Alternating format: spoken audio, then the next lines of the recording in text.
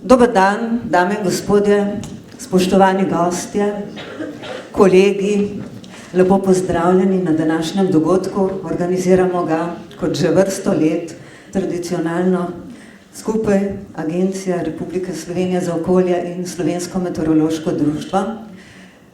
Letos smo ga zelo usmerili na obe temi, obeh svetovnih dnevov. Upam, da vam bo zanimivo. Pripravili smo nekaj predavanj, ki so zelo zanimiva, so pa seveda časovno omejena in so iztočnice za to, da se bo, upajmo, kasneje razvila tudi debata, kakšno vprašanje. Novinarji pa morda posneli tudi kakšno izjavo predavateljev. Za uvodni pozdrav bi povabila generalnega direktorja Agencije za okolje, gospoda Kneza, da pozdravi prisotne. Dober dan želim. Zelo sem vesel. Tudi z današnjim obiskom se vidi, kakšen je pomen meteorologije v sodobnem času. Morda še desetletja nazaj smo se spraševali, pravzaprav, kakšna je vloga državnih hidrometeoroloških služb. Veste, da pravzaprav vremenske napovedi so bile dosegljive na vsakem koraku, na vsakem spletnem mestu, pa vendar se je to desetletje, predvsem po zaslugi podnebne spremenljivosti oziroma sprememb, ki smo jim priča, je našo vlogo postavilo zelo na pomembno mesto in predvsem bi poudaril, da se javnost, posamezni sektorji, kot so na primer kmetijstvo, promet, zelena energetika, na primer, in še bi lahko našteval, da so vsi zelo dobro danes zavedajo, kakšen je pomen dobrega poznavanja vremena. Drugo, kar je pa druga vloga državne hidrometeorološke službe v današnjem času, je pa predvsem dobro opozarjanje pred izrednimi z vremenom povezanimi dogodki, kakor so seveda neurja in v naših krajih žal tudi pogoste velike poplave. Predvsem ta del povečana števila takih dogodkov v spremenjenem podnebju seveda je za nas predstavlja zelo velik izziv. Marsikdo si predstavlja službo meteorologa v javnosti kot malo da ne vedeževalce, ki vidimo vse v prihodnost, kaj v resnici bo in kaj se bo zgodilo, pa vendar seveda temu ni tako. Tukaj prisotna vedno velika negotovost, napovedi in za nas je zelo velik izziv vedno, kako tako informacijo pravilno skomunicirati z javnostjo. In tudi še en problem imamo ob tem, seveda take napovedi se s časom lahko nam spreminjajo, torej tudi za isti dogodek ali pa za isti čas v prihodnosti, bliže, ko smo več vemo, in za nas to predstavlja en velik komunikacijski izziv tudi in seveda tudi drugih deležnikov v tem segmentu, torej tudi novinarjev. Jaz zato še posebej pozdravljam odločitev Svetovne meteorološke organizacije, ki je današnji dan oziroma dan meteorologov je v nedeljo, da je za naslov tega dneva izbrala naslov za boljše zgodnje opozarjanje. Namreč Svetovna meteorološka organizacija se izredno prizadeva za boljše sisteme zgodnjega opozarjanja, ki je seveda en izmed ključnih ukrepov za prilagajanje na podnebne spremembe po celotnem svetu. Torej, ni to samo izziv naše slovenske hidrometeorološke službe, ampak gre za en zelo velik globalni izziv. Vesel sem, da bomo danes slišali nekaj zanimivih predstavitev na to temo in želim pa vsem kolegom, meteorologom, hidrologom pogumno naprej ob naših praznikih, to je dnevu voda in dnevu meteorologije. Hvala.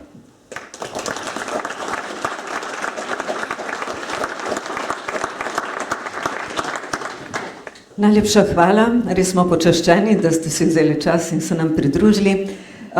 Z nami imamo tudi Mojco Dolinar, ki je stalna predstavnica Slovenije pri Svetovni meteorološki organizaciji in Prosim jo, če nam pove nekaj o tem, kaj pomeni Svetovna meteorološka organizacija, tako za meteorologe, kot tudi za hidrologe, pa seveda tudi za naše državne službe, tako meteorologije kot hidrologije. Prosim. Hvala lepa, Tanja. Dragi kolegice in kolegi, hidrologi, meteorologi in seveda tudi spoštovani gosti, lepo vas pozdravljam danes ob praznovanju Svetovnega dneva voda in Svetovnega dneva meteorologije, ki jih že tradicionalno, kot je že Tanja povedala, organiziramo skupaj na Agenciji za okolje z Slovenskim meteorološkim društvom. Zdaj, obe organizaciji, Združeni narodi za vode in Svetovna meteorološka organizacija za področje vremena in podnebja, vsako leto z neko ključno temo izpostavlja tiste najbolj pereče probleme, s katerimi se moramo soočati mi kot strokovnjaki, pa tudi splošna javnost. In nas sili k odgovornem ravnanju s temi naravnimi viri, ki jih imamo, ne samo viri, ampak tudi naravnimi danostmi, če govorimo o vremenu in podnebju. No, in Združeni narodi letos ob dnevu voda izpostavljajo ledenike, kar pravzaprav ni tako presenetljivo, če se spomnimo samo 2 meseca nazaj, ko smo poslušali poročila o stanju podnebja v preteklem letu, ne, je bilo poleg tega, da smo zopet dosegali temperaturne rekorde, so bili izpostavljeni tudi ledeniki in pravzaprav njihovo katastrofalna hitrost krčenja ledenikov. Ne. Ledeniki so izjemno pomemben del vodnega kroga, sploh če to gledamo globalno, ker predstavljajo vir ne samo pitne vode, ampak sladke vode za kar precejšen del sveta. Milijarde ljudi so odvisni od tega vira vode. In to ni edina stvar, edina funkcija ledenikov. Ledeniki so tudi izjemno pomemben del podnebnega sistema. Ne. Odbijanje sončne svetlobe pravzaprav blaži rast temperature in zdaj z rastjo temperature hkrati izgubljamo ta blažilec in nam lahko zaradi tega temperatura še bolj pobegne, še hitreje se dviga. No in zaradi tega alarmantnega stanja ledenikov ni samo ta dan voda posvečen ledenikom, ampak kar celo leto 2025. Kaj se bo dogajalo z ledeniki ali pa kaj se dogaja z ledeniki v Sloveniji, bomo slišali kasneje v predstavitvah, če sploh lahko še govorimo o ledenikih pri nas. Je pa vsekakor to, kaj se dogaja z ledeniki pri nas, en ključni kazalnik, kaj se dogaja z našim podnebjem v visokogorju, ki je izjemno ranljivo. Ne. Čeprav nismo direktno mi odvisni, življenjsko odvisni od ledenikov. Ne. Ampak po drugi strani smo pa odvisni od snežne odeje, ki je prav tako zelo pomemben del vodnega kroga. In krčenje snežne odeje ima že kar hude posledice za nas, kar najbolj vidimo v jesenskem času, zaradi tega imamo več poplav, ker se manj vode zadrži v snežni odeji, kajti snežna odeja je izjemno pomemben naravni zadrževalnik vode. In po drugi strani, ne, v zgodnjem poletnem času imamo vedno bolj pogoste suhe struge, zaradi tega, ker nimamo več dotoka oziroma dotoka vode iz snežnice. Ne. No, po drugi strani Svetovna meteorološka organizacija, ne, kot je bilo že rečeno, letos izpostavlja opozorila na izredne hidrološke in vremenske pojave. In kot je že direktor izpostavil, eden hujših vplivov podnebnih sprememb so vedno bolj pogosti in pa tudi vedno večja jakost ekstremnih vremenskih in hidroloških pogojev.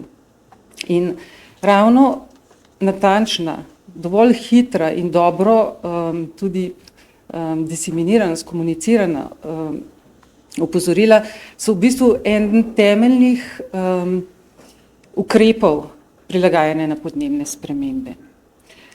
Namreč ne samo, da s pomočjo njih lahko prihranimo ogromno gmotne škode, ampak lahko preprečimo tudi izgubo življenj.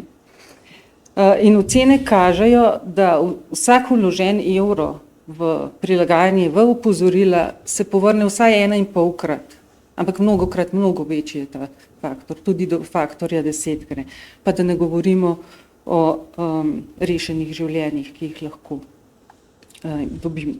prihranimo z pravočasnimi opozorili. No in zato sta Združeni narodi in Svetovna meteorološka organizacija že pred leti skupaj začeli iniciativo Early Warnings for All, zgodnja opozorila za vse, s katerimi želijo do leta 2027 doseči to, da bodo opozorila dosegljiva za čisto vse zemljane. Trenutno stanje smo še daleč od tega, vsaj polovico držav sveta še nima učinkovitega sistema za opozarjanje, tako da so še številni prebivalci zemlje še vedno zelo ranljivi na ekstremne vremenske pojave. No, kako se bodo gradniki, kakšni so gradniki učinkovitega sistema, kako to poteka pri nas, bomo izvedeli v nadaljevanju, v predstavitvah naših kolegov. Dejstvo pa je, kot je povedal že direktor, da samo dobre napovedi, pa učinkovito postavljena opozorila niso dovolj. Mi jih moramo tudi znati dobro in hitro skomunicirati pristojnim službam, predvsem tistim, ki delujejo na terenu v takih razmerah. In kako je to zelo pomembno, se lahko spomnimo samo na dogodke iz pretekle jeseni, oktobra v Španiji ali pa pred leti v Nemčiji. Čeprav so bile napovedi dobre, če niso bile dobre skomunicirane, je nastalo ogromno škode in celo izguba življenj. No, kot je bilo že rečeno, z podnebnimi spremembami se vloga državnih hidrometeoroloških služb zelo širi. Eno je, da poleg vremenskih napovedi, ki jih pripravljamo, moramo pripravljati tudi učinkovite podnebne storitve, predvsem podnebne projekcije v podporo prilagajanju podnebnim spremembam.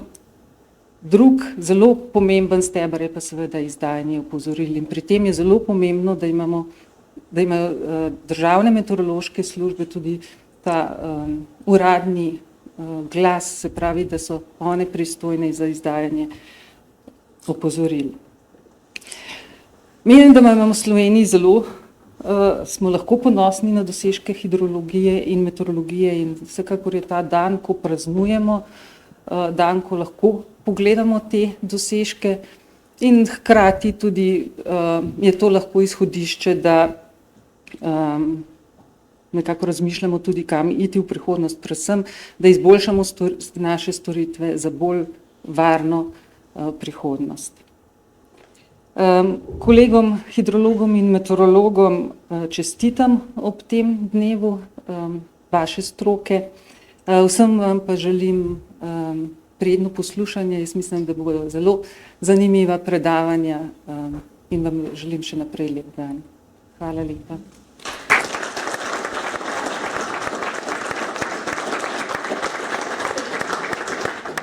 Hvala lepa, Mojci Dolinar, za ta uvod, kaj oba dneva sta, kaj nam pomeni Svetovna meteorološka organizacija in seveda tudi kakšna je vloga hidrološke in meteorološke službe. Pripravili smo vam 5 predavanj.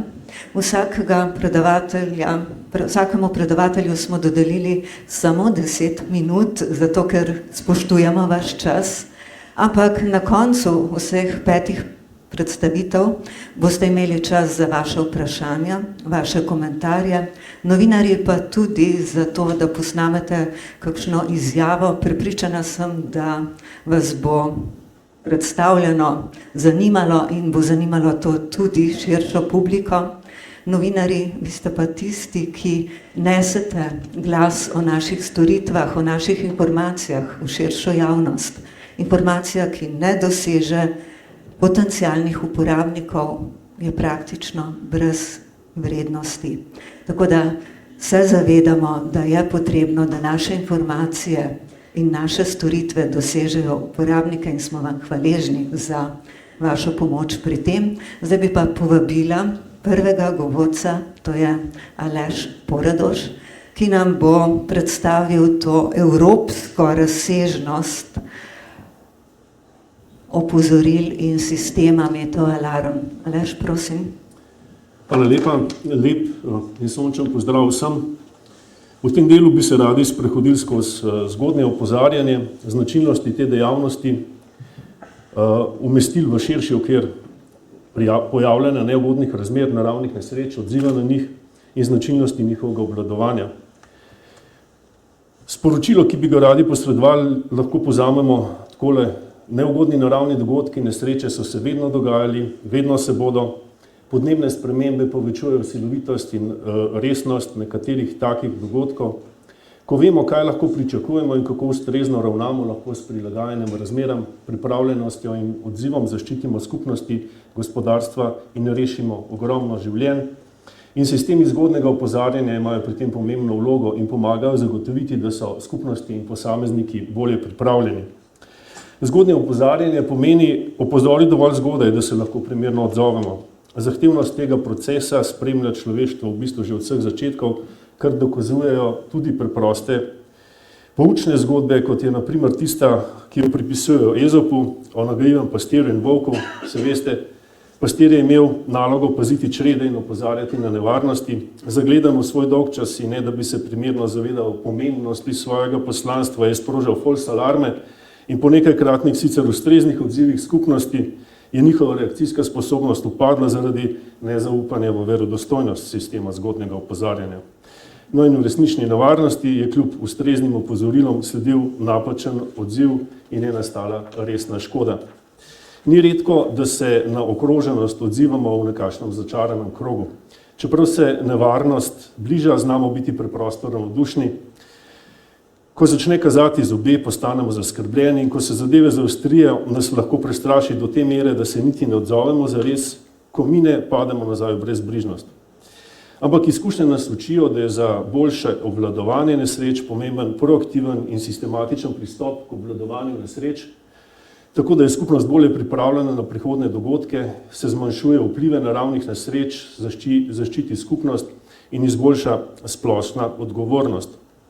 Ker je dober skupni odziv pomemben, da se člani skupnosti zavedajo, da niso nikoli sami. I get by with a little help of my friends, kot pojejo Beatli, pri čemer so v tem kontekstu lahko so ljudje ali deli podpornih sistemov ali standardni postopki ukrepanja v bistvu naši prijatelji. No in izkušnje so nas privedle do različnih konceptov obvladovanja,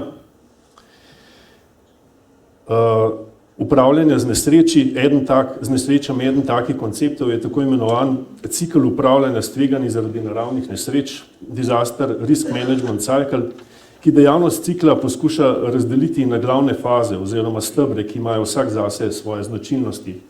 Med in po nesreči je najprej na vrsti odzivanje z vsem obvladovanjem izrednih razmer, začetkom obnove infrastrukture in storitev, potem okrevanje, ki vključuje rekonstrukcijo, oceno tveganj in načrtovanj že v naslednjem ciklu preprečevanja, ter potem pripravljenost. No in v zgodnje opozarjanje seveda najprej sodi v to fazo pripravljenosti.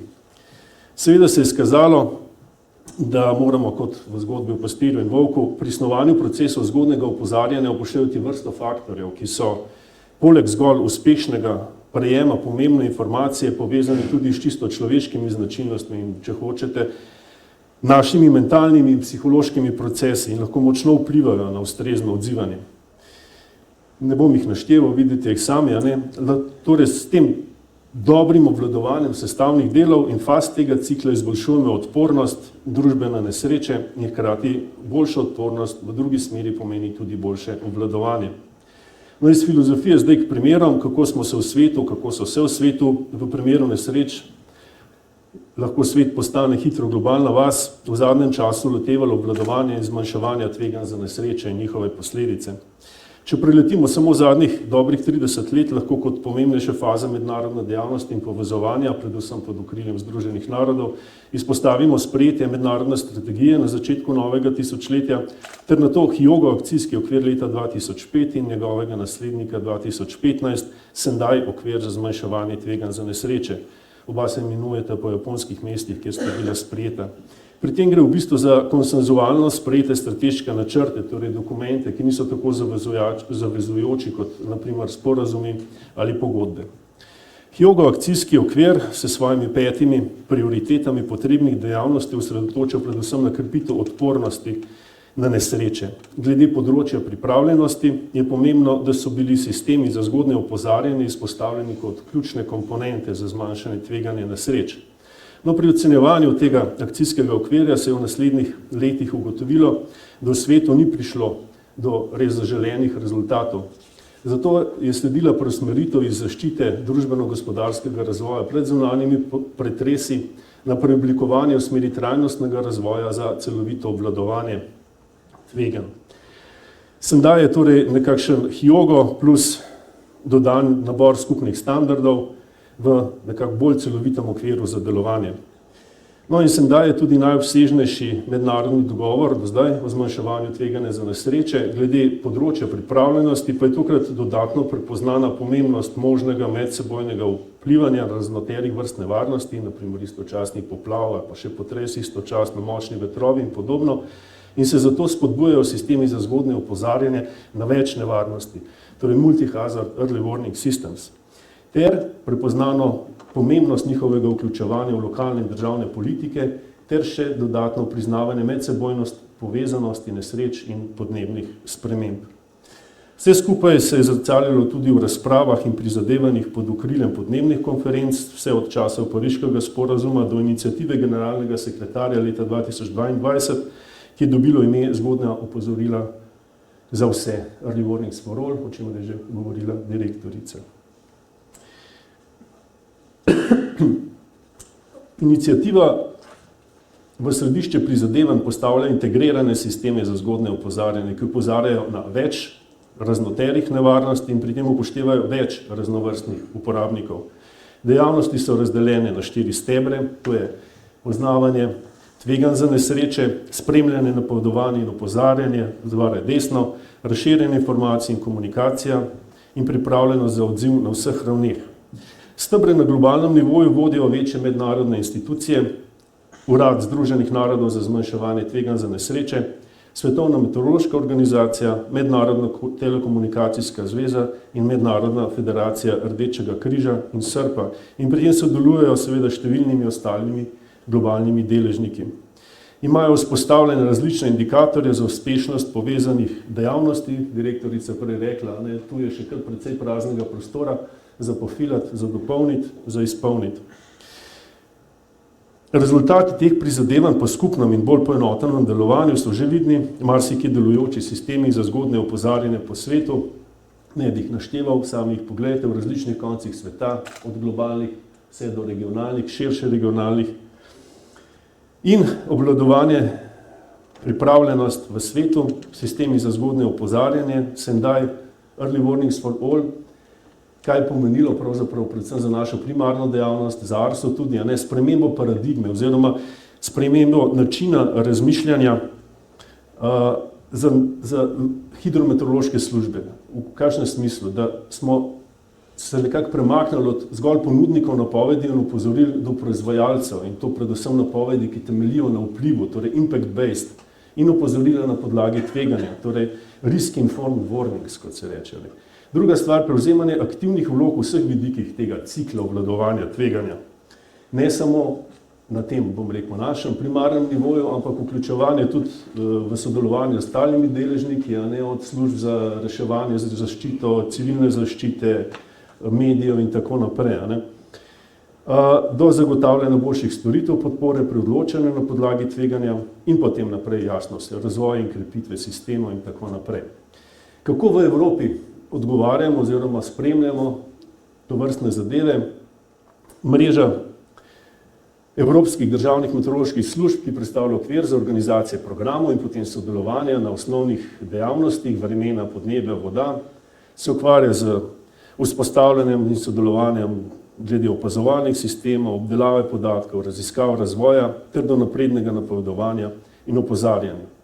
No in EUMETNET-ov program EMA, sprva se je imenoval European Multi-Service Meteorological Awareness, je razvil, vzpostavil in že skoraj 20 let nadgrajuje in vzdržuje sistem Meteolarm, ki je skupni sistem državnih hidrometov služb za združevanje, prikaz in posredovanje meteoroloških in hidroloških opozoril za zgodnje opozarjanje na več nevarnosti. Zgodovina praktično se zadeva začela že tam nekje po Hjogu, se razvila z vključevanjem novih članov, novih vrst opozoril na nove nevarnosti, vse do novih komunikacijskih kanalov. Nakratko, samo skozi koncepte, ki so se nekako razvili glede opozarjanja, posredovanja meteoroloških, hidroloških opozoril v okviru Meteolarma in ki jih sledimo tudi v naši službi. Opozorilo je stvaren, razumljiv opis pričakovanega, plus informacije o možnih vplivih, plus nasvet, če se le da, kaj storiti. Dodana vrednost v okviru Meteolarma Evrope je, da gre pri oblikovanju tega za skupna načela, za zasnovo in oblikovanje opozoril.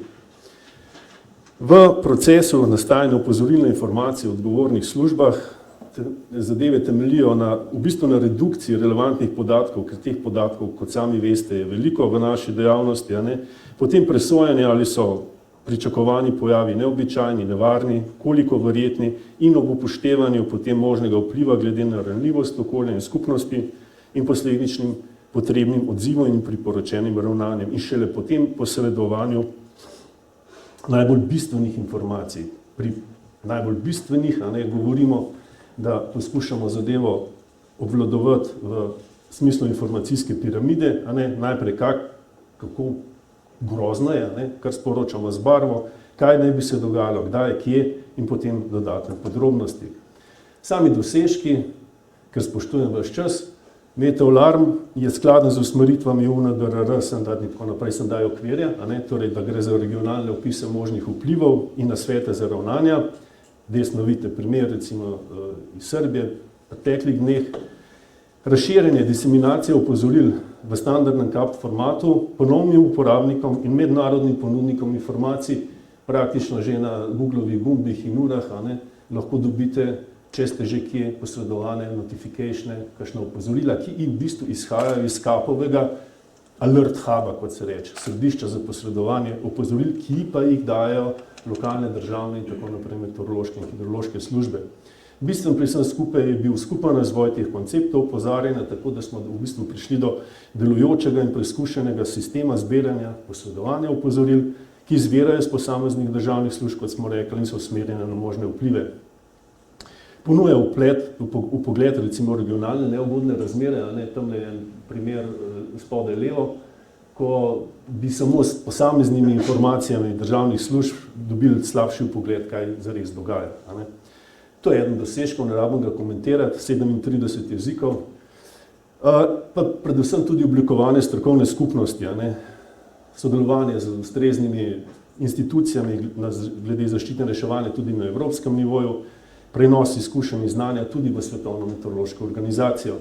Povzetek, preberite si, več kot 15 milijonov letnih ogledov strani, več kot 650 milijonov zahtevkov za te posamezne kose informacije, kaple, RSS, ki se potem posreduje ostalim globalnim posrednikom informacij, Google, IBM, Apple, AccuWeather, in tako naprej.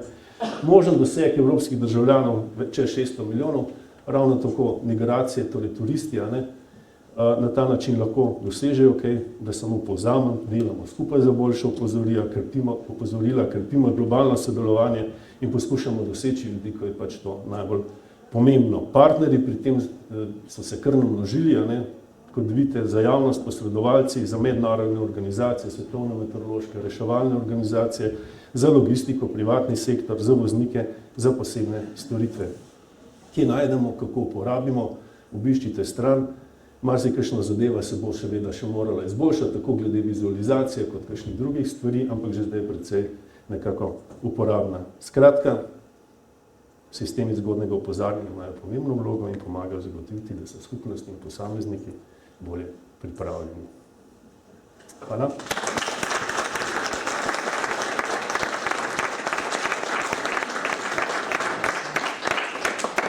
Hvala lepa, Aleš, za ta uvod v ta mednarodni vidik in mednarodni krovni projekt za opozarjanje. Zdaj se bomo preselili na naša tla, kako pri nas poteka proces odločanja in potem seveda tudi posredovanja informacij in opozoril. V osnovi je včasih veljalo, da ima Državna meteorološka služba dve osnovni nalogi: spremljanja podnebja v svoji državi in pa izdajanja opozoril na nevarne dogodke. Veronika Hladnik-Zakotnik, prosim, izvoli. Hvala lepa za besedo. Jaz bom nekaj povedala o meteoroloških opozorilih, tako da v bistvu izdajanje meteoroloških opozoril je pravzaprav ena glavnih nalog meteorološke prognoze na Agenciji Republike Slovenije za okolje. Zdaj opozarjamo, lahko vidimo tam na levi strani nekje 10 vremenskih nevšečnosti, bi lahko rekli. Od močnega vetra pa do obilnih padavin, močnih nevih, ki lahko seveda tudi vsebujejo točo, močne sunke vetra, tudi nalive, kakšno močno sneženje, potem poledico, žled, nizko, visoko temperaturo, pa potem požarno ogroženost, tudi obalni dogodek, ki vsebuje visoko plimo, recimo, ali pa močan veter severozahodne smeri, tramontano, pa tudi snežne plazove. Zdaj, ko izdajamo meteorološka opozorila, pravzaprav barvamo z semaforskimi barvami, lahko bi rekli, da uporabljamo meteorološki semafor. Tako kot sam semafor sugerira, nam tudi te barve pravzaprav sugerira, na kakšen način naj se odzivamo ob neki določeni barvi oziroma stopnji vremenske ogroženosti. Zdaj, če imamo pobarvano zeleno, to pomeni, da ni nekega posebnega vremena, neke običajne vremenske razmere, tako da lahko tako kot pri zeleni luči na semaforju vozimo naprej oziroma pač nam ni potrebno prilagajati našega vsakdanjega dela oziroma aktivnosti, pri čemer pri rumeni tudi na semaforju smo že nekoliko pozorni, čeprav včasih gremo potem s polnim gasom naprej, ampak ja, še vedno pa posvetimo našim aktivnosti čez dan neko pozornost. Zdaj, primere recimo rumenega opozorila bi bil veter, sunki vetra nekje nad 50 km/h. Gre pri rumeni stopnji vremenske ogroženosti za še vedno precej pogoste dogodke, nekje okoli 100 teh dogodkov je recimo na leto po Sloveniji. Hkrati pa lahko se vseeno zgodi recimo ob hitrosti vetra 50 km/h, kakšna veja, ki že je recimo polomljena, visi iz drevesa, pa bo lahko pri teh hitrostih padla, tako da vseeno moramo biti bolj pozorni. Pri oranžni stopnji ni več samo pozornost, tudi sama pripravljenost. Takrat bomo že bolj prilagodili naše dejavnosti na prostem, tudi morda odpovedali kakšno pot, če ni nujna, kajti pri oranžni stopnji je seveda so vremenske razmere lahko že precej nevarne, tako da je potrebno vseeno se prilagajati. Pri rdečem pa tako kot na semaforju, torej pametno bi bilo, da se ustavimo, premislimo, kaj lahko v bistvu naredimo, da zaščitimo tako svoje premoženje, kot tudi sami sebe. Seveda nas se ne smemo pozabiti, kajti včasih tudi nek avto ni toliko vreden kot naše življenje. Na desni strani imamo tudi primer, verjetno vsi poznate, torej izdajamo opozorila za 5 regij, za 5 dni vnaprej, ponavadi sicer prvi in drugi dan lahko vsebujejo tudi te višje barve, torej oranžno in rdečo, nekje od 3. do 5. dneva pa tudi zaradi same težje napovedljivosti porabljamo v glavnem bolj rumene barve, hkrati pa tudi vidimo tukaj tele časovne poltrake, ki pa pravzaprav lahko zelo pomagajo tudi ljudem oziroma vsem, da potem lažje prilagodijo svoje aktivnosti, torej da aktivnosti opravljajo, če je le mogoče v času, ko je vremenska nevarnost manjša. Kar se tiče samega odločanja, tukaj sem dala en nabor različnih meteoroloških izračunov, 24-urne količine za en od dogodkov leta 2023, ampak ja, hočem samo ponazoriti, to je sicer samo delček, ampak ko meteorolog prognostik pregleda cel kup nekih izračunov, ni to edina stvar, ki sledi odločanju. Seveda je treba upoštevati tudi znanje, izkušnje, primerjavo s nekimi preteklimi situacijami v preteklosti, hkrati pa tudi upoštevati trenutno stanje. Pač neko opozorilo bo lahko spremenilo barvo glede na, ne vem, trenutno stanje. Hkrati neka predhodna namočenost lahko z novo količino padavin pač ne prinese neke rumene ali oranžne, ampak celo rdečo barvo vremenske ogroženosti. Ali hkrati, ne vem, neka pozeba oziroma nizke temperature zjutraj bodo aprila obarvane z višjo stopnjo vremenske ogroženosti, kot če bi bilo to februarja ali začetek marca. Pri odločanju se pomagamo tudi z opozorilno motriko. Vidimo, da so barve kar zastopane lahko v različnih delih te matrike. Na Y-osi imamo verjetnost dogodka, na X-osi pa potem stopnjo nevarnosti oziroma nekega vpliva. Tako da, če sam pogledamo, kje se lahko nahaja ta rumena stopnja vremenske ogroženosti, lahko imamo v bistvu zelo verjeten dogodek, torej zgoraj levo, kjer je stopnja nevarnosti majhna. Torej, recimo rečemo, da smo zelo prepričani, da bo po nižinah veter v sunkih presegal hitrost 50 km/h. Verjetnost je velika, ampak vpliv na ljudi oziroma na naravo pa ne bo tako velik, ker so to, smo rekli prej, precej pogosti dogodki. Hkrati imamo pa lahko stopnjo nevarnosti zelo veliko, ampak je verjetnost dogodka zelo majhna. To so ponavadi tudi dogodki za več dni naprej, torej še vedno se recimo izračuni precej razlikujejo.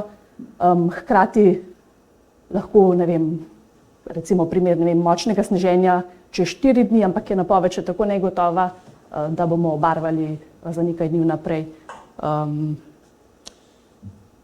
regijo oziroma Slovenijo z rumeno barvo.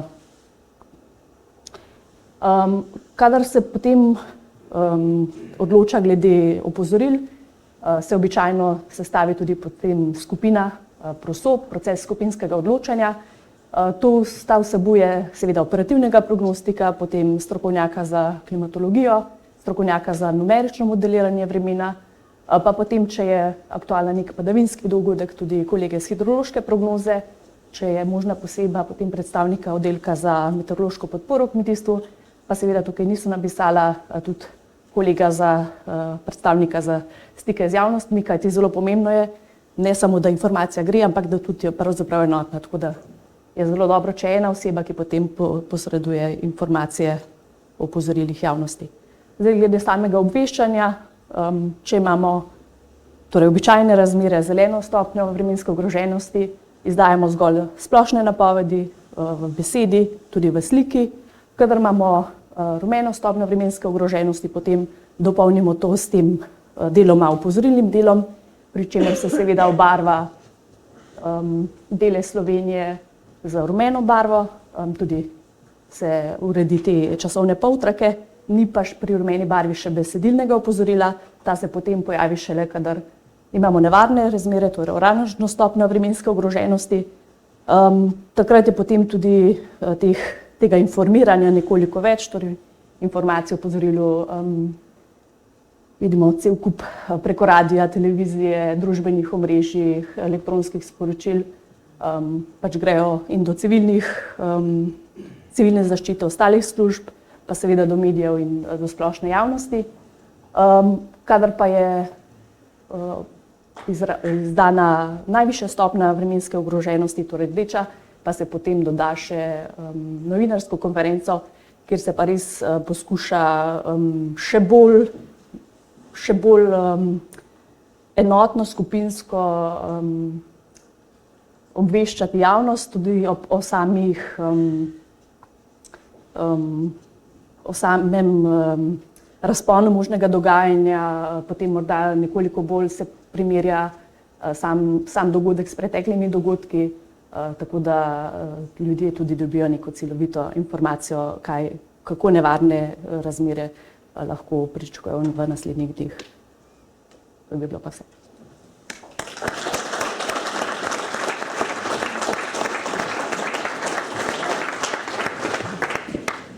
Najlepša hvala Veroniki za osvetlitev, kako poteka proces odločanja in priprave meteoroloških opozoril. Seveda tudi novinarske konference pred dogodkom, med dogodkom in po dogodku za tisto analizo so zelo pomembne za javnost in seveda vedno smo veseli tudi novinarjev, ki se udeležijo potem teh dogodkov. Zdaj bi pa predala besedo Andreju Golobu, ki bo povedal, kako se pa pripravljajo hidrološka opozorila, ki imajo seveda svojo dodatno specifiko, res da temeljijo tudi na meteoroloških informacijah in opozorilih, vendar ima hidrologija svojo specifiko. Izvoli. Ja, hvala lepa. Lepo pozdravljeni, dragi gostje, lepo pozdravljene sodelavke in sodelavci. Napovedovanje hidroloških razmer in pa predvsem izdajanje opozoril pred poplavami, vključno z izdajanjem opozoril pred drugimi vremensko pogojenimi nevarnostmi, ki smo jih slišali v preteklem predavanju, je ena izmed temeljnih nalog Agencije za okolje. Izvaja se v okviru operativne prognostične službe, ki neprestano bdi oziroma spremlja razmere v Sloveniji in v njeni okolici ter skrbi za naloge obveščanja in opozarjanja.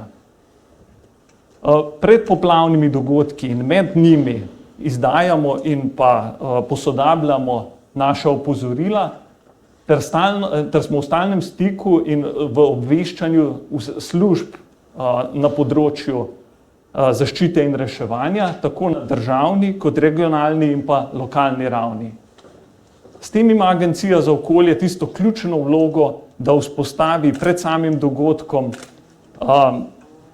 pripravljenost celotne družbe in s tem tudi zmanjšuje vpliv same poplave potem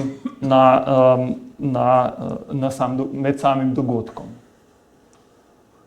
Spremljanje trenutnih razmer glede hidrološkega stanja po Sloveniji nam omogoča gosta mreža hidroloških postaj, preko katere pridobivamo trenutne podatke o pretokih in vodostajih slovenskih rek.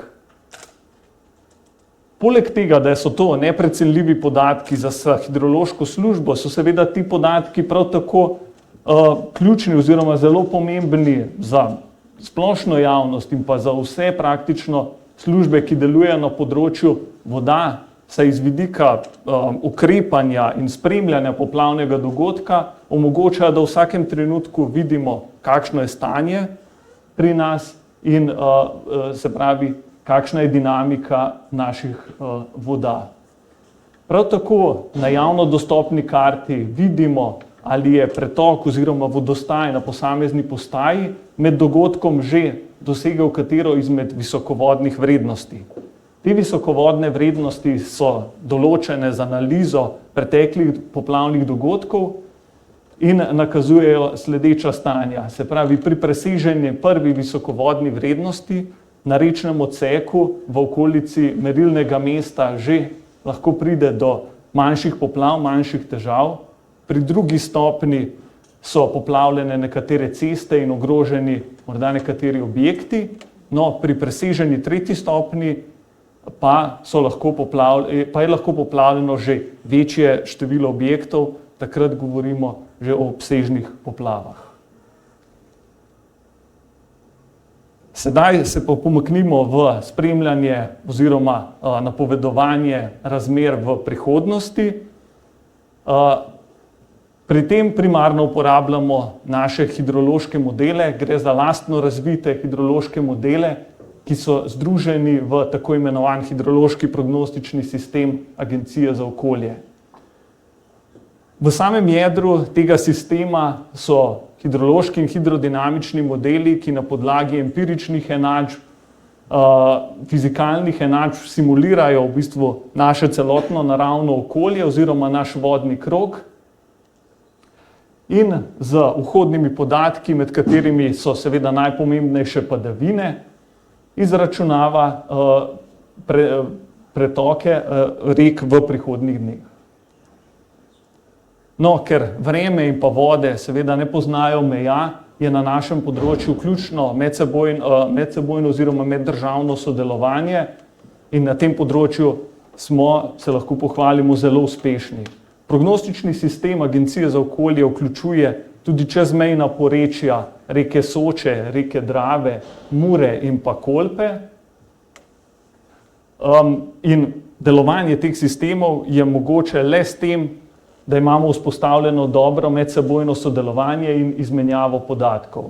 Vendar za obvladovanje poplavnih dogodkov v celoti ni dovolj zgolj izmenjava podatkov, ampak tudi medsebojna komunikacija in medsebojno obveščanje. V našem primeru mi prejemamo obvestila strani Avstrijske hidrološke službe Koroške in pa upravljalca hidroelektrarn Verbund, ko spremljamo razmere v porečju Drave, potem strani kolegov iz Gradca za porečje Mure, no po drugi strani pa mi obveščamo dolvodne države oziroma njihove strokovne službe oziroma hidrometeorološke zavode. Pri nekoliko širšem regijskem sodelovanju velja izpostaviti sistem za napovedovanje poplav in opozarjanje v Savskem bazenu. Primarni center tega sistema deluje pri nas na Agenciji za okolje in pokriva območje vseh 5 držav porečja Save. No, smo tudi aktiven partner v Evropskem sistemu zgodnega opozarjanja pred poplavami, ki producira oziroma izračunava izračune za celotno Evropo, vendar tudi posameznim državam, tako kot v našem primeru, posreduje zelo koristne informacije o verjetnostih izračunih možnosti pojava poplav oziroma hudourniških razmerah v prihodnjih dneh oziroma v prihodnjih tednih. No, poleg teh že uveljavljenih modelskih pristopov, pa v zadnjem času aktivno delujemo na področju razvoja modelov z uporabo umetne inteligence. Pri tem sodelujemo z zunanjimi strokovnjaki, saj na ta način lahko našemu ekspertnemu znanju iz področja meteorologije, hidrologije in oceanografije zunanji strokovnjaki dodajo še tisti kanček na tem hitro razvijajočem se področju razvoja umetne inteligence. No, operativno že uporabljamo model Hidra za napovedovanje višine morja v Kopru oziroma napovedovanju morskih poplav. Dobre izkušnje iz tega sistema pa že prenašamo v razvoj podobnega oziroma sistema, ki bo temeljil na podobni tehnologiji za razvoj novih modelov za napovedovanje pretokov rek. No, vse te informacije, modelske izračune, ki sem jih sedaj naštel oziroma predstavil, pa potem v fazi priprave in izdaje napovedi oziroma opozoril prognostik upošteva, ovrednoti na podlagi svojih znanj, na podlagi svojih izkušenj. Kot smo že tudi slišali, sploh ob teh zahtevnejših dogodkih, kompleksnejših dogodkih se pri tem še posvetuje s sodelavci, ki posedujejo še druga znanja in se potem odloči oziroma se skupina odloči za izdajo opozoril, ki jih posredujemo javnosti in pa seveda vsem strokovnim službam na področju zaščite in reševanja ter drugim podpornim službam pri obvladovanju poplavnih dogodkov. No in kot smo danes že govorili, smo že večkrat slišali, da same v bistvu strokovno natančne napovedi niso dovolj, pravo vrednost dosežejo šele takrat, ko pravočasno dosežejo javnost, pri tem, da mora potem javnost tudi ustrezno ukrepati. Zato naše informacije, naše opozorila posredujemo preko različnih kanalov, seveda preko spletnih strani, družbenih medijev, ki jih potem povzemajo največkrat tudi tradicionalni mediji in pa seveda sodelujemo tudi z izjavami v radijskih in televizijskih programih, tako da z vsem tem naborom komunikacijskih kanalov lahko res dosežemo tisti najširši krog naših uporabnikov. No, za konec še predstavim tole grafiko, ki pravzaprav kakšnega posebnega komentarja ne potrebuje, in sicer je jasno in razvidno, da se obsežni poplavni dogodki v Sloveniji v zadnjem obdobju vedno pogosteje pojavljajo. Dobro se še spominjamo poplavnih dogodkov, teh večjih v zadnjih 20 letih, od hudourniških poplav leta 2007 v Železnikih, pa potem obsežnih poplav v večjem delu Slovenije leta 2010, poplava ob Dravi leta 2012, pa seveda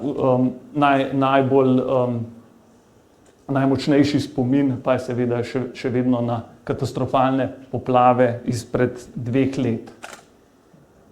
No in ob teh dogodkih obsežnih poplav je naša vloga najbolj vidna in najbolj prepoznana, na kar smo seveda tudi ponosni, in še naprej bo ostaja naš cilj, naše poslanstvo, da pri teh in pa tudi pri manjših poplavnih dogodkih, ki morda niso tako odmevni, pa vendar ogroženim ljudem prav tako lahko povzročajo veliko škodo oziroma težave, da še naprej stalno spremljamo razmere in skrbimo za to, da smo z našimi napovedmi, z našimi opozorili kar najbolj učinkoviti in da s tem najbolje pomagamo našim državljankom in državljanom.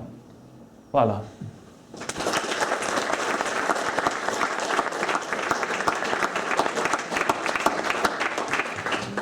Hvala lepa, Andrej Golob. Tlele bi morda dodali še to, danes govorimo predvsem o opozarjanju na te nevarne, neprijetne dogodke, ampak zato, da lahko opozorilo izdamo pravočasno, da je opozorilo lahko dovolj zanesljivo, je potrebno neprestano delovanje in izboljševanje procesa napovedovanja, tako vremenskega kot tudi hidrološkega stanja. Torej v zaledju teh opozoril, ki jih danes izpostavljamo, je ogromno dela, razvoja in tudi vsakodnevna rutina. Smo na točki, ko se nekako prestavljamo proti kriosferi, proti ne sicer še ledenikom, to bo malce kasneje, ampak proti snegu v gorah in snežnim plazovom. In Jaka Ortar bo tisti, ki nam bo predstavil, kako se pripravljajo opozorila na snežne plazove in seveda tudi bilten, ki se ga izdaja praktično v celotni sezoni. Vemo, vsako leto se zgodi kakšna nezgoda zaradi plazov, zaradi nepazljivosti ljudi, pa mogoče včasih tudi zaradi tega, ker so razmere res zelo nepredvidljive. Izvoli. Hvala. Lep pozdrav vsem. Jaz bom povedal nekaj o tem, kako na Arsu spremljamo snežne plazove in jih tudi napovedujemo. Za začetek nekaj o tem, kaj sploh je snežni plaz, čemu opozarjamo, potem pa večinoma bom govoril o tem, kaj je plazovni bilten, kako ga naredimo, kako je usklajen s tujino, kako ga izdelamo, kje ga najti in na koncu česa ne sporoča. To je zelo pomembno za obiskovalce gora. Snežni plaz je vsako drsenje po pobočju, po nagnjeni površini, lahko se zgodi v hribih kadarkoli od jeseni pa do zgodnega poletja in večinoma je to čisto nevaren pojav, ki se zgodi stran od ljudi. Če prizadene infrastrukturo ali pa ljudi, govorimo o naravni nesreči. In med vsemi naravnimi nesrečami v Sloveniji snežni plaz povzroča najmanj škode v povprečju, žal pa največ žrtev, kar 1 na leto. Večinoma pride do smrti zaradi poškodb, v naših gorah manj zaradi pohladitev ali pa zadušitev. Žrtve so v zadnjih desetletjih skoraj izključno rekreativci, predvsem alpinisti in gorniki, v manjši meri tudi smučari, zato je zelo pomembno, da jih opozarjamo. Možnost za plaz je lahko celo sezono, ampak večinoma na zelo omejenih območjih. Večina gorskega sveta je povsem varna, so pa območja, na katere je treba gornikov opozoriti, da so še posebno previdni in izvajajo ukrepe, da zmanjšajo svojo ogroženost. Kot recimo tale plaz pred nekaj tedni na Prehodavcih se je zelo dobro izšlo, smučar je imel veliko srečo. Tekom snežne sezone se v snežni odeji dogaja veliko fizikalnih procesov, ki jim rekreativci, ki so občasni obiskovalci gora, ne morejo zadovoljivo slediti in zato nimajo že od doma, ko načrtujejo predstave o tem, kaj je v snežni odeji. Zato je to naloga plazovne službe, ki je v Sloveniji organizirana kot delovna skupina za sneg in plazove na Arso. Moram že tukaj poudariti, da je plazovni bilten samo ena od informacij, ki jo potrebujejo obiskovalci gora. Še vedno morajo znati sami oceniti stabilnost snega na terenu, sami prepoznati znake plazovne nevarnosti in izvajati ukrepe, s katero zmanjšajo verjetnost sprožitve plazu. Morajo imeti vso opremo, s katero zmanjšaš posledice in tudi seveda učinkovito reševati za primer nesreče. Plazovni bilten je strokovno poročilo o stanju snežne odeje, v katerem povemo, kdaj, kje in zakaj se bodo snežni plazovi prožili zaradi naravnih vzrokov, brez vpliva človeka.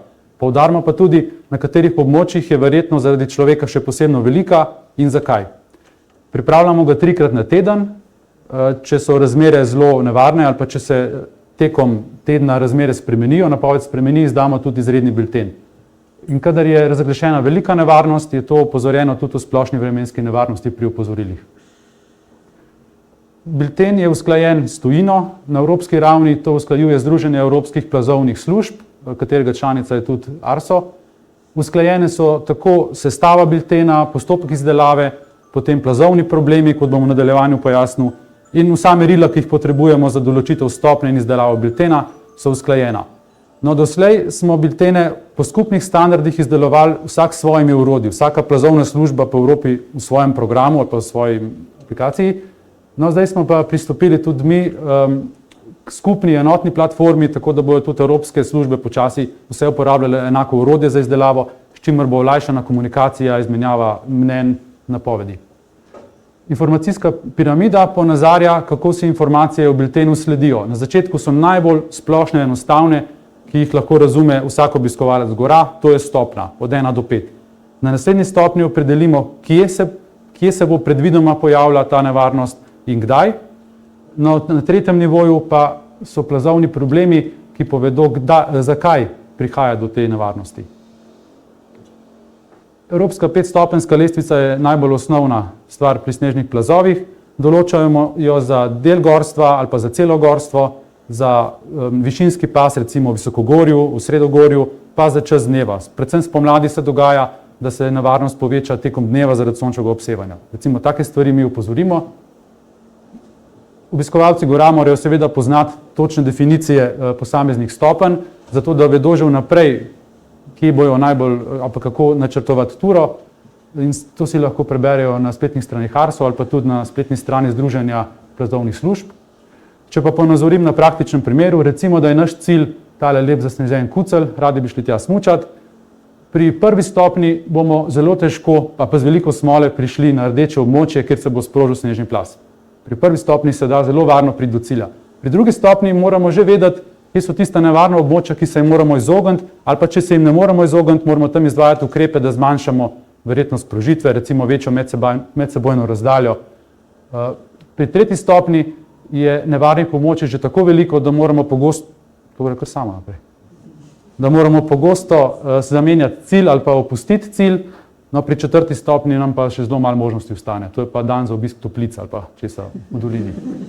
5. stopnja nisem posebej kazal, ker 5. stopnja je pa takrat, ko res moramo že paziti, po katerih cestah se vozimo v gorskem svetu. Takrat gore sploh niso vprašanje. No, ta graf je bil zelo uporaben, da ga ljudje poznajo. 4. stopnja je pri nas razglašena zelo kratek čas in če se takrat odpovemo obisku gorskega sveta, zelo malo zamudimo v resnici. Večinoma ste razglašeni 2. in 3. stopnja, zato tudi pri teh stopnjah sprožimo največ plazov, ker ste razglašeni 100 dni, snežna sezona pa traja malo več kot 100 dni. Sicer je plazov največ sproženih pri 4. stopnji, ampak takrat je na srečo malo ljudi v hribih.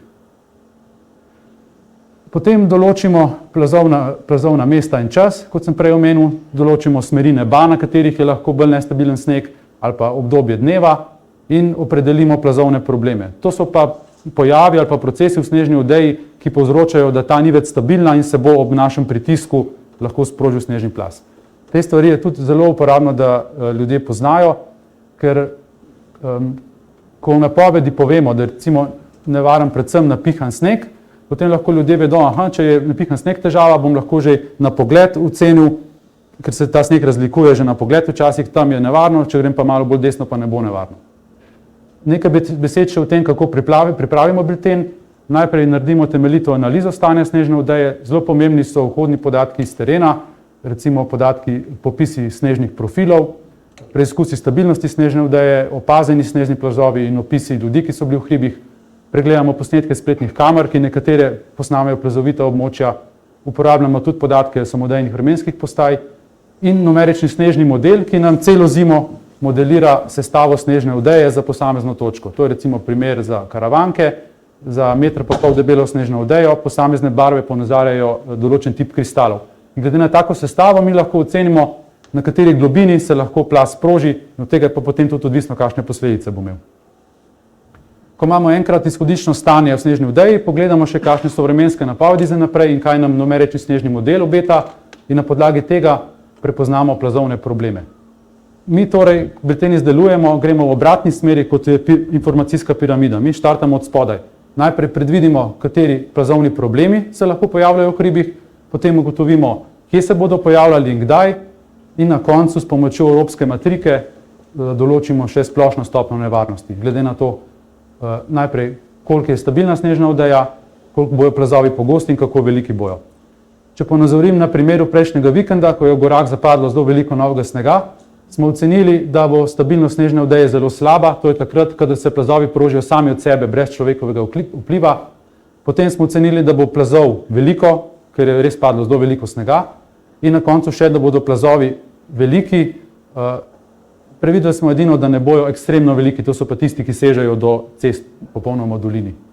In zaradi tega smo prišli do 4. stopnje, ki je bila razglašena prejšnji vikend. Bilten uporabljamo v vseh fazah našega obiska gora, tako je pri načrtovanju, da se lahko usmerimo na manj ogrožena območja, med izvedbo, ko se osredotočamo na plazovne probleme, ki so bili izpostavljeni v biltenu, in potem tudi med analizo. To je zelo pomembno, da ljudje, ko se vrnejo domov, razmislijo, kaj jim je bilten sporočal, kaj so sami opazili, a so pravilno reagirali in tako. Bilten najdemo na spletni strani ARSO ali pa tudi na spletni strani Avalanche Report. Ta spletna stran prikazuje za cele Alpe splošno stopnjo nevarnosti. Bilten pa ne pove, ali bo nekdo sprožil snežni plaz, ali bo plaz ga odnesel, ali ga bo zasul, koliko bo plaz velik, koliko bo globok, ali bojo noter tudi kamni, veje. To vse ni stvar biltena. Da ljudje, da vidijo, da je druga stopnja, pa si rečejo, aha, to ni pa nič, ne, ni res. Še vedno, če prideš na neko neugodno mesto v hribih, še vedno se lahko vse to zgodi. Lahko sprožiš plaz, te zasuje, odnese, ima noter, te zadene v kakšno drevo. O teh točkah pa odločajo izključno izbira terena, taktike, smeri gibanja in uporaba ustrezne opreme. Če tukaj pogledate primer, na temule Dravhu so se prožili veliki talni plazovi, ampak neki smučari so šli pa čisto po desni strani ob gozdu in so bistveno zmanjšali svojo ogroženost, čeprav, če bi šli 100 metrov naprej, recimo, bi bili zelo ogroženi, da bi jih plaz odnesel in zasul. Prej sem omenil, da so zelo pomembne za nas informacije o razmerah na terenu. Mi kot plazovna služba hodimo na teren enkrat na teden, zato smo zelo veseli opisov in poročil prostovoljcev. To so predvsem pripadniki Gorske reševalne zveze, policije, gorski vodniki, pa tudi čist naključni zagreti posamezniki, ki objavljajo poročila o razmerah ali pa celo svoje preizkuse stabilnosti snežne odeje na družbenih omrežjih in na drugih portalih. Njim se moram zelo lepo zahvaliti za to. Hvala.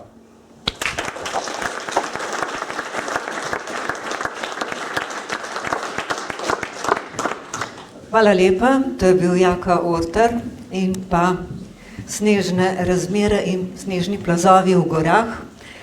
Zdaj naslednji predavatelj je pa povsem usmerjen v letošnjo temo Svetovnega dneva voda, in sicer ohranjanje ledenikov. V Sloveniji vemo, da se ravno ne moremo hudo hvaliti s tem, da imamo veliko ledenikov, ampak vsaj 2 pa vem, da imamo, pa vsaj ostanke. Torej, dr. Jure Tičar je naš gost iz Geografskega inštituta Antona Melika, ki je že tudi v preteklosti sodeloval z našim društvom, sodeluje tudi z agencijo in se je prijazno odzval našemu vabilu tudi danes. Prosim. Najlepša hvala torej za povabilo. Zdaj se bomo v bistvu iz tistih bolj dinamičnih procesov, ki jih veliko lažje zaznavamo v pokrajini, predstavili mogoče bolj stabilne, oziroma predvsem tiste, ki smo jih še imeli nekoč za stabilne, ampak če jih pogledamo v nekem drugačnem časovnem razmaku ugotovimo, da so zelo dinamični. Govorili bomo torej pač o ledenikih oziroma ledenih telesih, ki jih trenutno še imamo v Sloveniji. Zdaj, če si pogledamo samo na zemljevidu, tole z modro barvo je označeno območje pleistocenske poledenitve, se pravi poledenela območja, ki so obsegala predvsem alpski svet, pa nekaj območij na Didarskem svetu in so pač prevladovala do zadnjih 11.700 let. Spregovorili bomo pa danes o dveh ledenikih, ki ju zaenkrat še imamo, oziroma glacijetih, ledenih telesih, praktično Triglavskem ledeniku in ledeniku pod Skuto, ki še vztrajata na našem popolnoma jugovzhodnem delu Alp in sta v bistvu tudi najbolj podvržena posledicam podnebnih sprememb. Kasneje pa se bomo preselili tudi še v ledene jame, ki smo jih intenzivno začeli spremljati tudi z vidika podnebnih sprememb. Tule lahko pogledamo samo razporeditev obsega Triglavskega ledenika, se pravi sredi 19. stoletja je obsegal približno 40 hektarov. To se je pa kasneje začelo izredno manjšati, ta obseg. V letu 1900 je imel še približno 30 hektarov, od leta 1946 pa potekajo tudi redne meritve in je v bistvu to tudi najdlje trajajoči slovenski projekt, se pravi merjenje Triglavskega ledenika in potem tudi posledično ledenika pod Skuto. Se pravi, če se preselimo časovno na zadnje obdobje, imamo samo še dve manjši zaplati, ki jim zelo težko rečemo še ledenik, nima ta nobenih lastnosti ledenikov, se pravi ledeniških razpok, ledenik tudi pač ne teče po površju, tako da sta res dva zadnja ostanka na tem območju. Edino, kar jih v bistvu napaja, so močne zime oziroma večje višine snežne odeje na tem območju, ki nekako še ščitijo te ledene mase, ter obenem snežni plazovi, ki z območja Triglava oziroma Malega Triglava še zasuvajo to območje in v bistvu ohranjajo ta led kot takšen. Zdaj, sam ledenik pod Skuto, oba zemljevida sta bila narejena v istem merilu, je pač relativno večji in tudi praktično manj odziven na te podnebne spremembe. Mogoče oziroma predvsem je razlog v tem, da je ta ledenik pod Skuto v zelo senčni leki v sami kotani oziroma krnici in v bistvu praktično zavarovan pred nekim sončnim obsevanjem, tako da se njegova površina relativno počasneje spreminja. Je pa res, da je trajanje opazovanj na tem ledeniku precej krajše kot na samem Triglavskem ledeniku. Določene razmere poskušamo poustvarjati tudi z zgodovinskimi zemljevidi oziroma fotografijami teh območij. Zdaj, če si pogledamo samo za obdobje zadnjih nekaj let oziroma desetletij samo stanje teh dveh ledenikov, mogoče naglasim, se pravi, tole z modro barvo je obseg Triglavskega ledenika, pri čemer je potrebno poudariti, da Triglavski ledenik oziroma same meritve na Triglavskem ledeniku so povezane seveda tudi z snegom, ki je ob njem, ki ga občasno prekriva in zaradi tega dobimo tudi mogoče včasih večje vrednosti same površine, ker samega ledu konkretno ne moremo na terenu izmeriti, ampak opazen je seveda trend velikega zmanjševanja obsega Triglavskega ledenika, medtem ko ledenik pod Skuto v bistvu še vztraja. Pri tem pa bi predvsem upozoril na sezoni 2022-2023, ko sta v bistvu oba dva ledenika izgubila precej površine, predvsem pa tudi debeline ledu. In kaj je k temu seveda prispevalo? Leta 2022 smo imeli v bistvu srečo, da smo na samem območju Triglavskega ledenika in ledenika pod Skuto izvedli še praktično zadnje verjetno georadarske meritve same globine tega ledu, kajti že naslednjo sezono smo praktično izgubili vso debelino teh dveh ledenikov, ki smo jo takrat izmerili. Triglavski ledenik je imel takrat v povprečju samo 1,4 metra globine, največja globina je 5,5 metra. Če si predstavljamo, da je potem v sezoni 2022-2023 izginilo približno 4 metre ledu, ga je danes praktično na tem območju skoraj da ni več.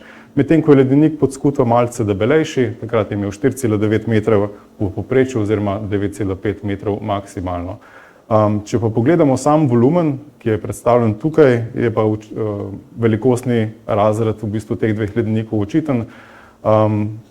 Predvidevamo, da je v bistvu na Triglavskem ledeniku v teh zadnjih sezonah v bistvu se stalilo približno 80%, predvsem pri Triglavskem ledeniku od tega ledu, za ledenik pod Skuto pa približno polovico. Kaj vpliva seveda na razgaljenost teh naših ledenikov? Po eni strani je zelo pomembna višina snežne odeje, tole so prikazi za v bistvu precej dolgo obdobje, predvsem junijskih meritev višine snežne odeje, se pravi, ko se že začne talilno obdobje na samih ledenikih, ko se temperature zvišajo in v bistvu to je v bistvu edini naravni element, ki ščiti tisti naravni led. In tule pač predvsem v zadnjem obdobju vidimo zelo veliko tudi led, ko so te višine snežnih odej zelo nizke in takrat so v bistvu te ledeniki še posebej ranljivi. Ne gre pa seveda spregledati temperatur, to je za obdobje talilnih sezon, se pravi za obdobje od leta 1955 do leta 2025. Vidimo zelo jasen trend dvigovanja teh temperatur, se pravi, tule imamo tisti obdobji 2022-2023, ki sta praktično izničila površine teh naših ledenikov in ta trend se bo zagotovo še nadaljeval in v bistvu najpomembneje vpliva na samo obseg in velikost teh ledenikov. Poleg tega so izjemno pomembne tudi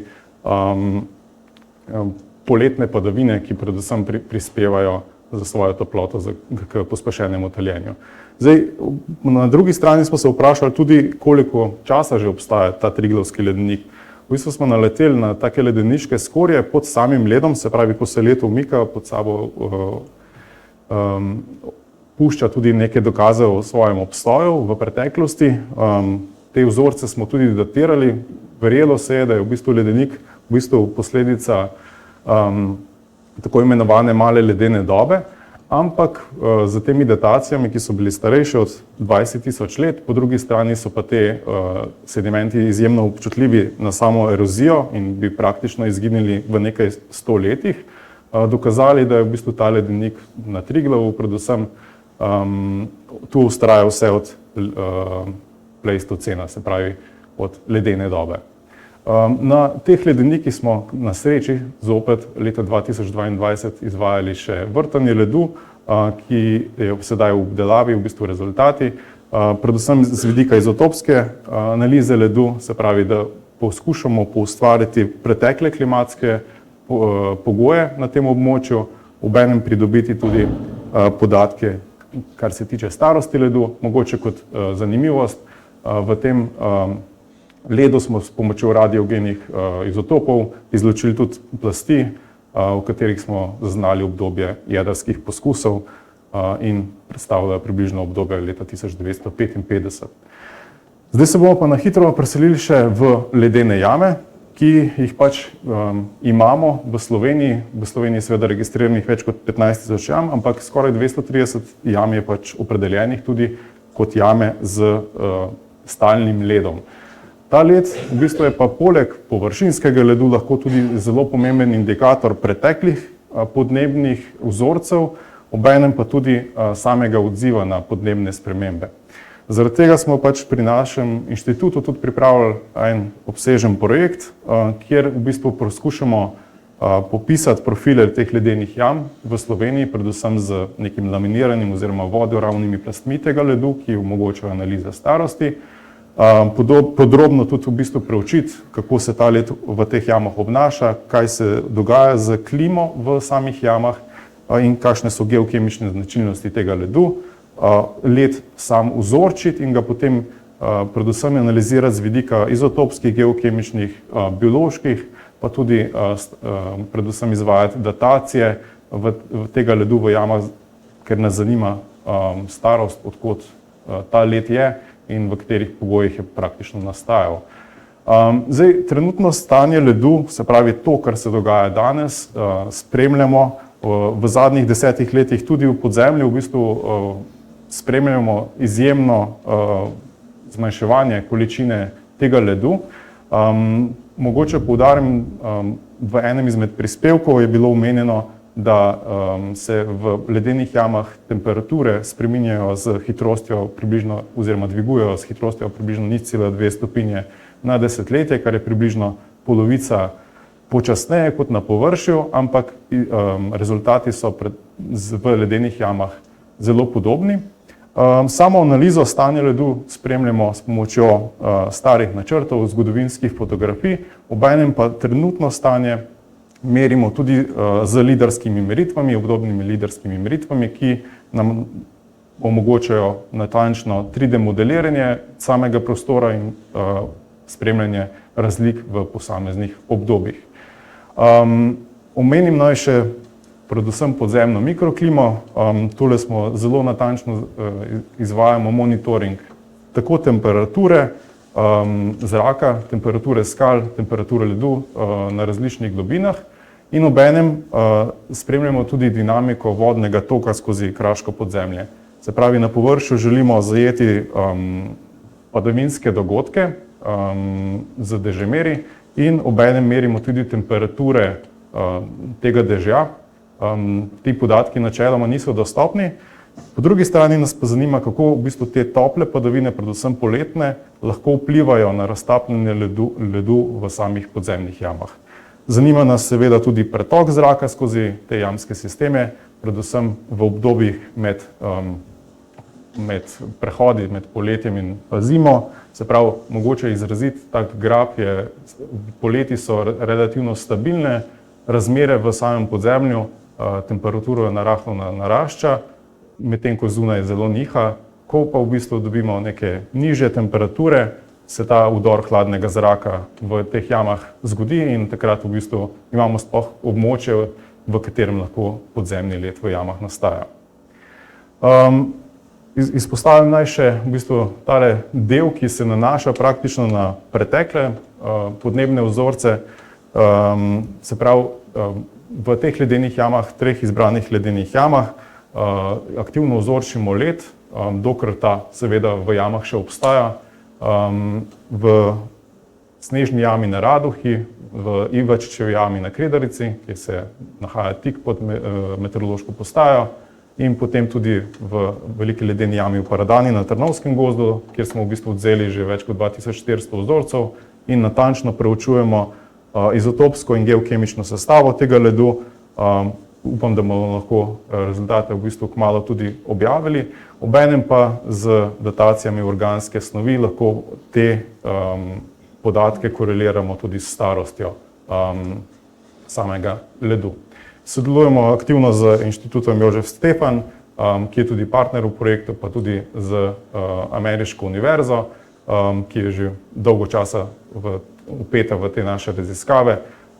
Biološke raziskave delajo na Inštitutu za raziskovanje krasa in dendrokronološkem oddelku za lesarstvo Biotehniške fakultete Univerze v Ljubljani. Tako da na tem mestu se vam zahvaljujem za pozornost. To je verjetno še ena izmed zadnjih fotografij Triglavskega ledenika, ki je v bistvu za nas Slovenci neka simbolna gora. Tako da v bistvu, če se razmere v letu 2022 in 2023 ponovijo z enako intenziteto, lahko pričakujemo, da bo tudi tak ledenik za večno izginil. Hvala.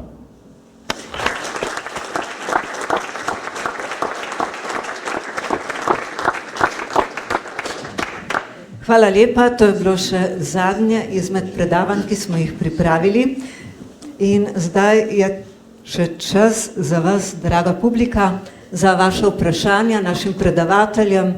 Novinarji pa lahko že med tem tudi poskrbite za kakšno individualno izjavo. Torej, odpiram čas za vprašanja. Prosim vsakega, da se predstavi in da poskuša biti razmeroma kratek pri svojem vprašanju oziroma komentarju. Dušan, izvoli.